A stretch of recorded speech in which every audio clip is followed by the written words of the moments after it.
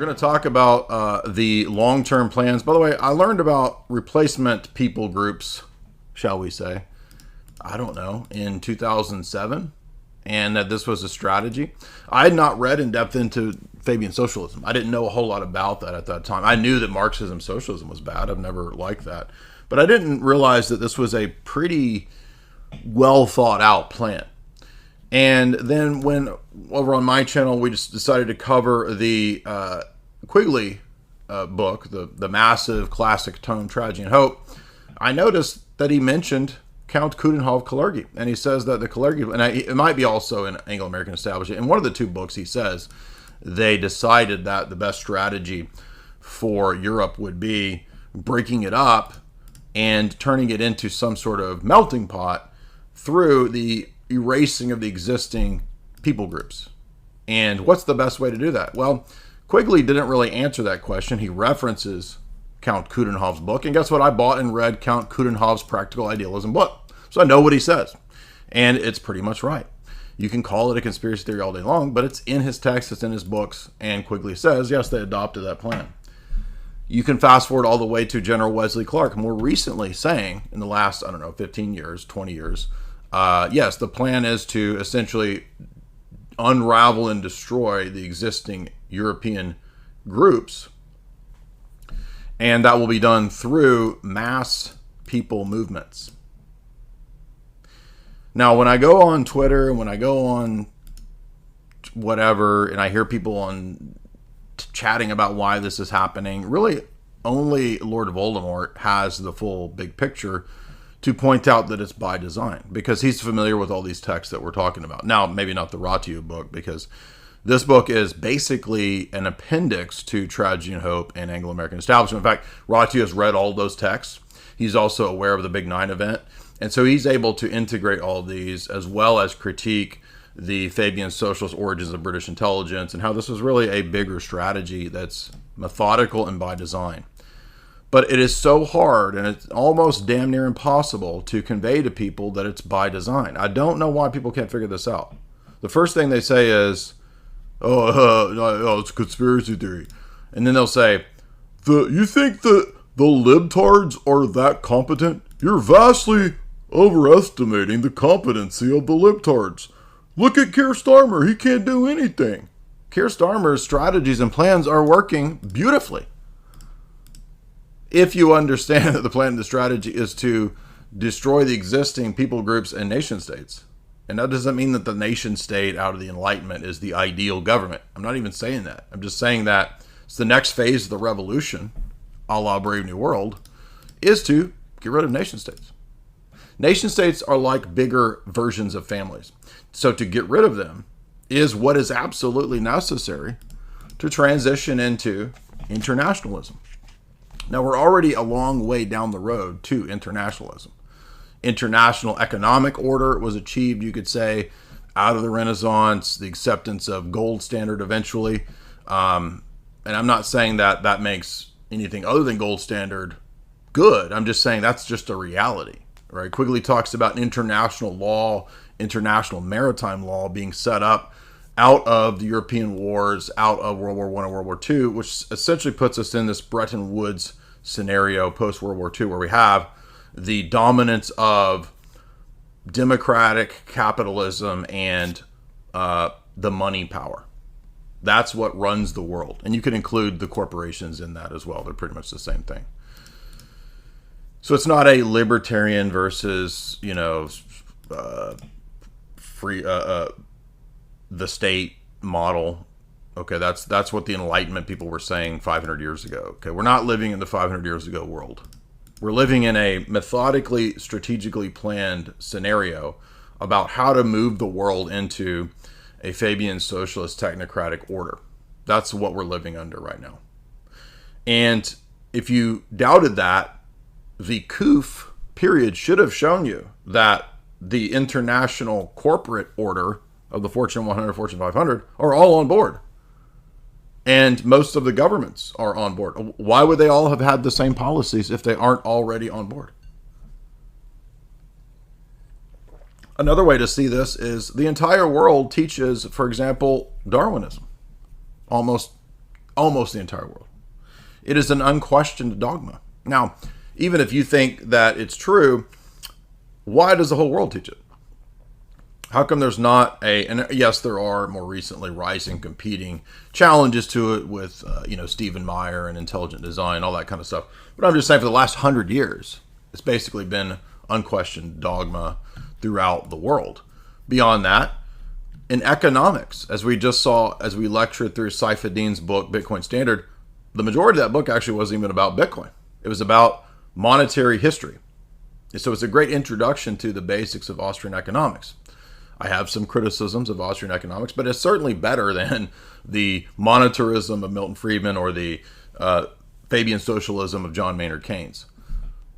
Why is the whole world built on Keynesian institutions? That's what Ratu has demonstrated in this text. He showed that whether it's the IMF or whether it's the post-Bretton Woods Keynesian system, or whether it is the World Bank, whether it is the United Nations, UNESCO, all of these have that ethos behind them. Why? Why would the whole world have one dominant economic theory if supposedly we live in a free West of free exchange of ideas? There's dogmas that are not questionable, which shows we don't actually live in a free exchange of ideas civilization.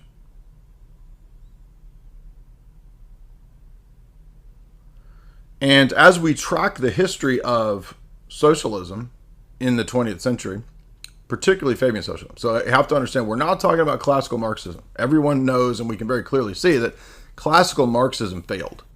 And I've studied under Marxists. My graduate advisor people, Dr. Martel, was a trained under Frankfurt School Marxist guy. If I recall, he studied under Habermas's protege. I forget the guy's name. But he wrote his dissertation on Hegel and republicanism. So I understand Marxism very well from the inside. All the different branches and the theories and all this kind of stuff. Frankfurt School versus the classical Histmat, Diamat. I know all that stuff. And what we are dealing with today isn't exactly any of that. And that's what is so hard to convey to people, because people don't know the history of Marxism and the nuances and the different sects and schools and schisms of Marxism. They think that, if you talk about Marxism, then you won't talk about the Jews. Well, many Jews have been involved in Marxism. That's absolutely true. Most of the founding fathers of the modern nation state of Israel, as we've covered ad nauseum for so many years, were explicitly atheistic socialist Jews. In fact, Moses Hess says in his book Roman Jerusalem that he hopes and believes that through the doctrines of Freemasonry, that Tel Aviv will become the kind of socialist utopia that the whole world looks to. And Theodor Herzl, Chaim Weizmann, and many of the other founding Zionists of the nation state of Israel, well, the modern nation state of Israel, I should say, back in the late 1800s, early 1900s, they all said basically the same stuff. And if you read Roman Jerusalem, what's fascinating is that he relies very heavily on Spinoza and Hegel, which Spinoza doesn't surprise me because he was, of course, a Jewish guy who was actually excommunicated from his synagogues because of his pantheism. But you can begin to see the immanentizing of this process philosophy, which is, yes, Spinoza and Hegel. When you immanentize that, that's exactly what would lead to Marx, right? It's not ethereal God beings and deities. The real gods and systems and battles that we're fighting are the dialectics within time and space. And so Hegel's Hermetic religion, which actually also is very heavily influenced by Kabbalah, which we've talked about, lectured about for 10 years. Again, I took classes on Hegel, so I understand from Marxists how they read and understand Hegel. It's like people just don't have a clue about any of this stuff, and they listen to face lords who give them like one sliver of the message, and then they think that they're internet experts, and they don't know anything. So, for example, did you know that social justice, we hear about, the social justice warriors, all this stuff. Do you know that comes out of Fabian Socialist ideologues? The very buzzwords that we hear, some of them were used by the Bolsheviks, and the Fabian Socialists only disagreed with the Bolsheviks in terms of their strategies. Bolsheviks wanted blood right away. Take it over now, rise up, right? Fabian Socialist said that's not going to work. The workers are too dumb. They're never going to rise up and understand all this abstract socialist economic theory. And they were correct. And they said we have to make alliance with big capital. Classical Marxists were hesitant to do that, even though classical Marxism itself was funded by banking elites. However, the goals of socialism, according to Dr. Coleman, are the eventual abolition of nation-state governments, the abolition of the idea and belief in patriotism. Now, it's true that patriotism can be used and you can be manipulated through your patriotic desires, but this is a bigger picture than that. We're looking beyond, did George Bush manipulate people at the Big Nine event through patriotism? That's true. But this is actually saying that the entire abolition of the belief in your own nature, your own nation state, your own people group, etc., has to be obliterated. The abolition of all property rights, the abolition of inheritance rights, the abolition of marriage and the family, the abolition of religion, particularly Christianity, the destruction of all national sovereignty and national laws for internationalism. What are the buzzwords that the Fabian Socialists pioneered? To be liberal, to be a pacifist, to be tolerant, to believe in progress, to be moderate, to be peaceful, to be democratic, to support the people. All the same gibberish. And now we can talk about colonialism, oppression, whiteness, right? All the same buzzwords, just updated versions. Now, isn't it amazing how prophetic this book was? Because he says they're going to open up the borders and import zillions of people from the third world. And if you don't like that, they're just going to call you racist. And everybody will be afraid of being called racist. And in fact, the key element that they would use that would also be overlooked is the breaking down of male-female relations.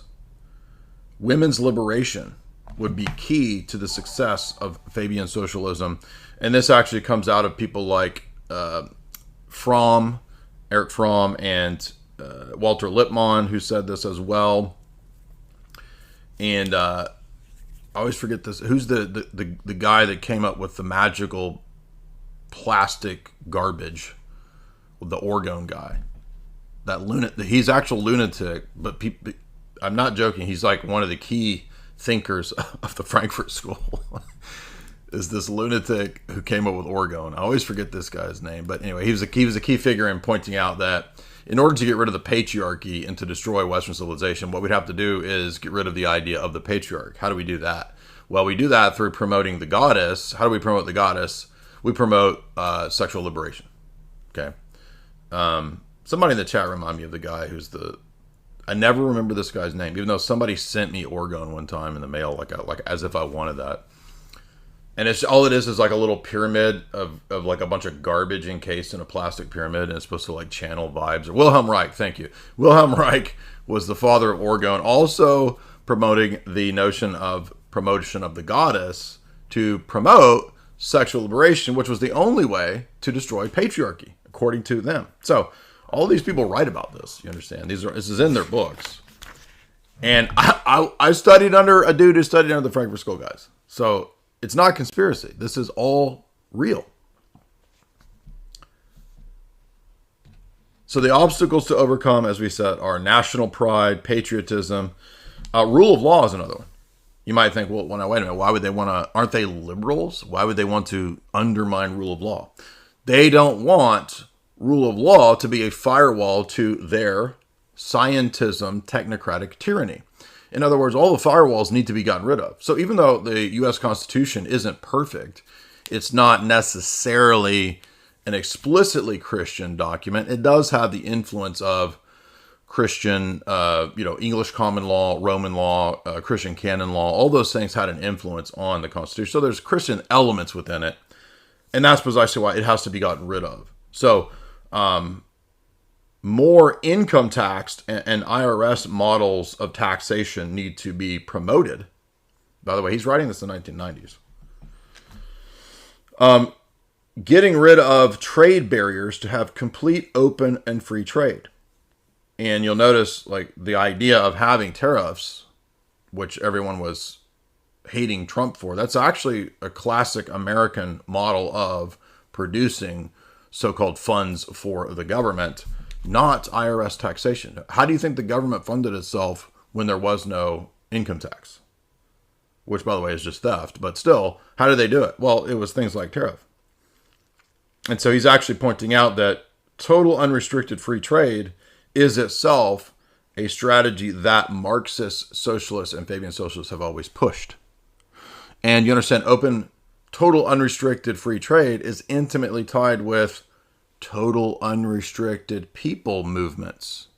Now, idiot libertarians always picture this and portray this as, this is what the market would dictate. People need to be freely able to go and trade. But wait a minute.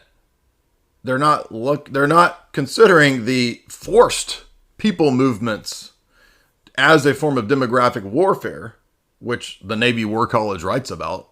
For those that don't know, this is a known principle of warfare. Well, don't talk about it or you're racist. Oh, I can't talk about the actual books like Kelly Greenhill wrote, Weapons of Mass Migration. So the Navy War College is racist for writing a book about the thing that they talk about. I mean, this is so stupid.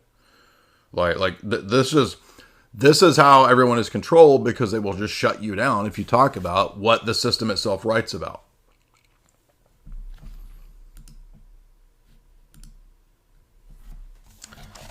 So,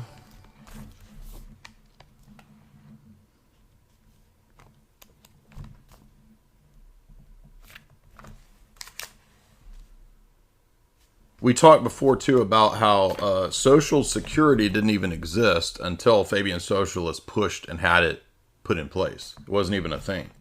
And it actually went into the UK first, and it bankrupted the UK. So you understand that the UK has had many, many Labour governments, and Labour is really just the Fabian Socialist Party. But it's rebranded as Labour to give the impression that it's about the workers, because they wanted to stop using the term, quote, labor. The term socialist. So they just went with a rebranding of the Labour Party. And by the way, the Labour Party are the ones that are always pushing these open border scenarios. And that's what leads to these horrible grape gangs and situations that we now see. So people cannot figure out, though, again, it's not accidental. And nothing is ever going to change or be fixed until we figure out that you can't fix this by just electing a new crop of scoundrels, right? Well, throw the scoundrels out. They're the bad apples. Then how do we fix it? The only way to fix it is to understand this is a systemic level problem, right? It's kind of like when we try to argue with or convince Roman Catholics of the problem, and the Roman Catholic thinks, well, I'll just wait until they elect a Bayes and Trad Pope. The errors are in the documents of Vatican II. Gaudium et Spes teaches Fabian Socialism, United Nations Socialism. Popes don't do away with dogma in Vatican II. They teach it. In fact, Leo just celebrated James Martin's Skittles. What's the word I'm looking for? Pilgrimage. The Skittles pilgrimage is being celebrated. Meanwhile, these delusional Roman Catholics are saying, oh no, this is actually based in trad. You can't make this up. Let's see. I think I put it in my bookmarks. Let's see. No, wait. Where's it at?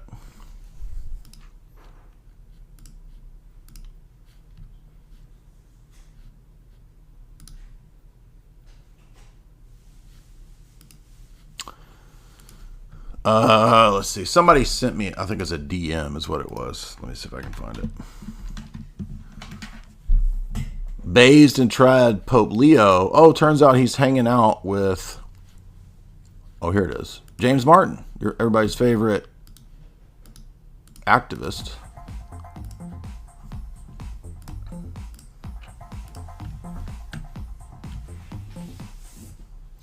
Dear friends, I was profoundly grateful for my audience at the Apostolic Palace with Leo. The message I received is that Leo will continue with the openness that Francis showed to gay Catholics. Where's the bathed and trod?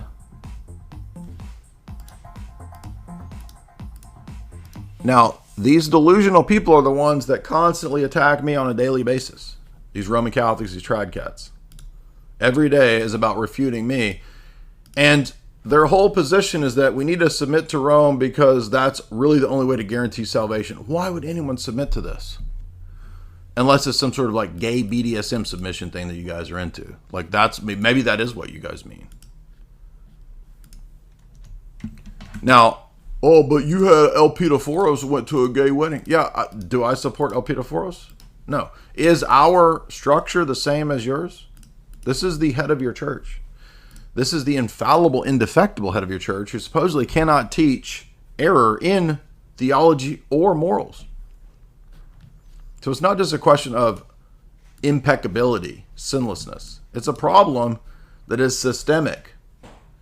And it's the same inability that people have to understand systemic problems and how they're defeaters for systems, just like it is impossible almost until they, I don't know, are awakened to it, to understand that it's not liberal incompetence. Nothing will change until we understand that it's not the liberals and their incompetence that are destroying. That's a layer, a protective layer that hides and cloaks the inner cunning technocrat who knows what he's doing.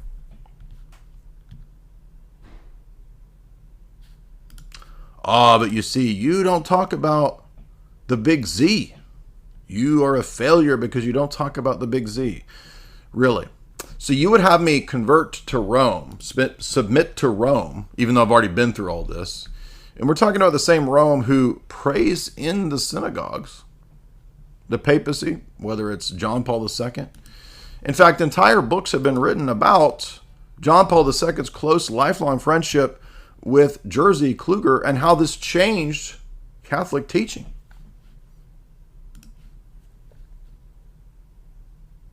So what the heck are you talking about? Are you insane? Do you not have basic reasoning skills? You can't figure out a basic contradiction? Submit to Rome? Oh, you mean the Rome that says that Jews shouldn't convert? In the 2003 U.S. Conference of Catholic Bishops document, Reflections on Covenant and Mission. What does it say? It is certain that there should be no mission of Christians to Jews because their covenant remains in force. This is idiotic dispensationalist heresy that the Vatican and the U.S. Conference of Catholic Bishops is promoting. And I say the Vatican because did the Vatican ever correct this? Has this ever been rescinded? I sent this to Tim Gordon and he said, you want to know what Tim, can you believe what, guess what Tim Gordon said about this document? And this is a lovely lawyer speak here. Tim said, well, it doesn't say it doesn't say that you shouldn't convert them. It says don't have a mission to them. It's like, man, you guys actually are Talmudists. Like the words are just redefined and they're massaged as needed.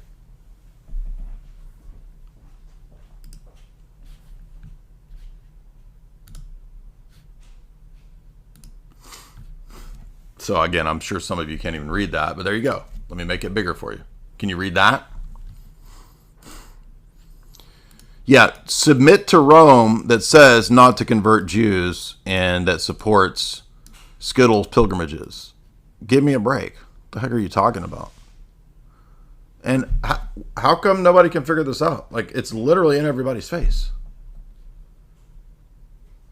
I'm almost feeling like really the answer is that there's a spiritual blindness that they can't see. Like there's something that just shuts off their mind and their spirit and their discernment when you show them things that are just out in the open. It's not like these are really difficult, obscure examples that we have to spend, what does it actually mean? How do we understand that? And look at, there's the difficult language. No, it's not even language. It's actions that show the beliefs.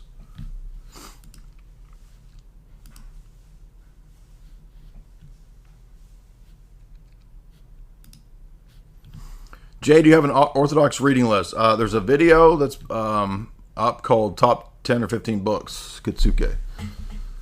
Ignacio, $2. I'm finna get some Yakub knowledge. You know that much. You know that's right. Remnant, £10. In the UK, the Epping Hotel was overturned.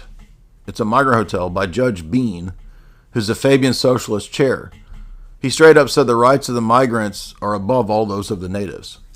There you go. The judge who overturned the attempt to stop this is the former Fabian Socialist chair. This vindicates everything that's in the Ratio book and everything I've been talking about for years.